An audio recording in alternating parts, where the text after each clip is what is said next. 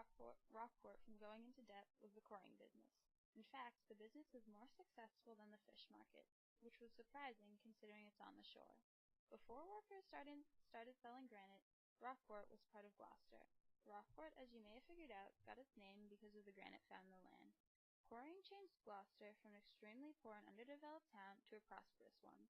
It employed over 400 people and 9 quarries just in Rockport.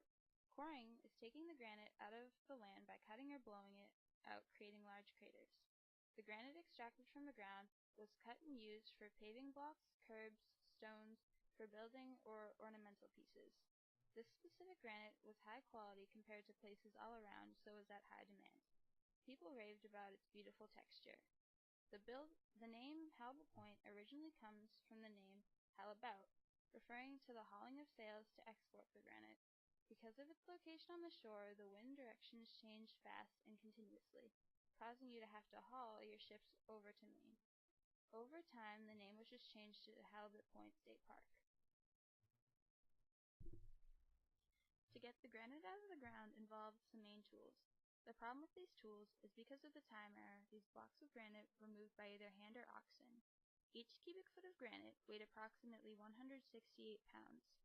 To actually detach the granite out of the ground, the workers had to take a sledge and hammer and a long nail to chisel a hole big enough for the explosives or black powder. Not until 1883 did Rockport's Granite Company introduce the air drills, making this task easier. Another dilemma was once the hole started to form, water would start to pile up and had nowhere to go. To get it out involved many men scooping water out by hand, a very time-consuming and monotonous job. Also, to get the water out, occasionally they used a tool called the siphon. Until Lewis Lane created the California pump in 1850, they had no longer to use a manual pump. The first tool is called a derrick. These derricks had horizontal posts called a boom and a tall vertical post called a mast. These were used to make lifting and the stone a little bit easier into ships. Halibut Point had 4 of these derricks, each able to lift 400 tons. They had a 96-foot mast and an 8-foot boom. These derricks were powered by a technique known as the donkey engine, or wheel that rotated the derrick, moving the granite. Dog holes were round holes found in the faces of the granite. These holes were screws, called dogs, that were attached to cables attached to the derricks. These helped move the granite out easier. Once the granite was removed from the crater, it was moved by trains, oxen, or horses to be cut and shaped. It was sent directly to Folly Cove, a wharf, then shipped away. Deadmen were large iron staples. These staples were used to hold in the derricks in place. In fact, 6 cables were attached to one deadman to keep it from falling off the ledge. By the 1830s, the chisels were created to a V-shaped tool called plug wedges. These tools were to be hit in a hit-turn motion, creating circular holes. From there, a tapered wedge was placed in between, splitting the stone. For all the crooked granite, it was sent to the grat pile. This was a giant pile filled with granite pieces. This pile goes all the way up from the quarry to the Atlantic Ocean. A little bit off the shore, you can see part of Sandy Bay Breakwater. This is a place the government created for a midway haven for the travelers between Boston and Portland, but they didn't have enough money to continue the project, leaving it unfinished. This was a granite pile topped on top of each other for 30 years, creating a 50-foot stack, 200-foot wide island protruding out of the ocean. Another fact about the breakwater was that lots of Halibut Point's granite was sent into building it. But for the sailors, it is considered dangerous.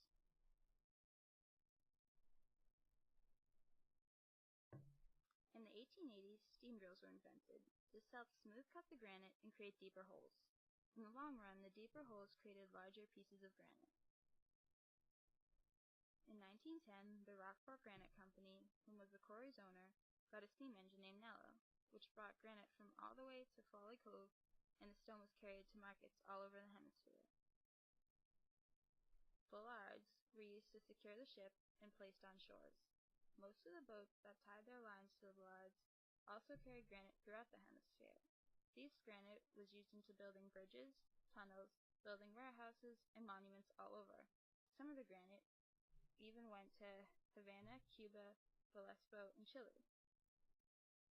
Granite was also used in monuments like the Statue of Liberty in Fort Warren in Boston.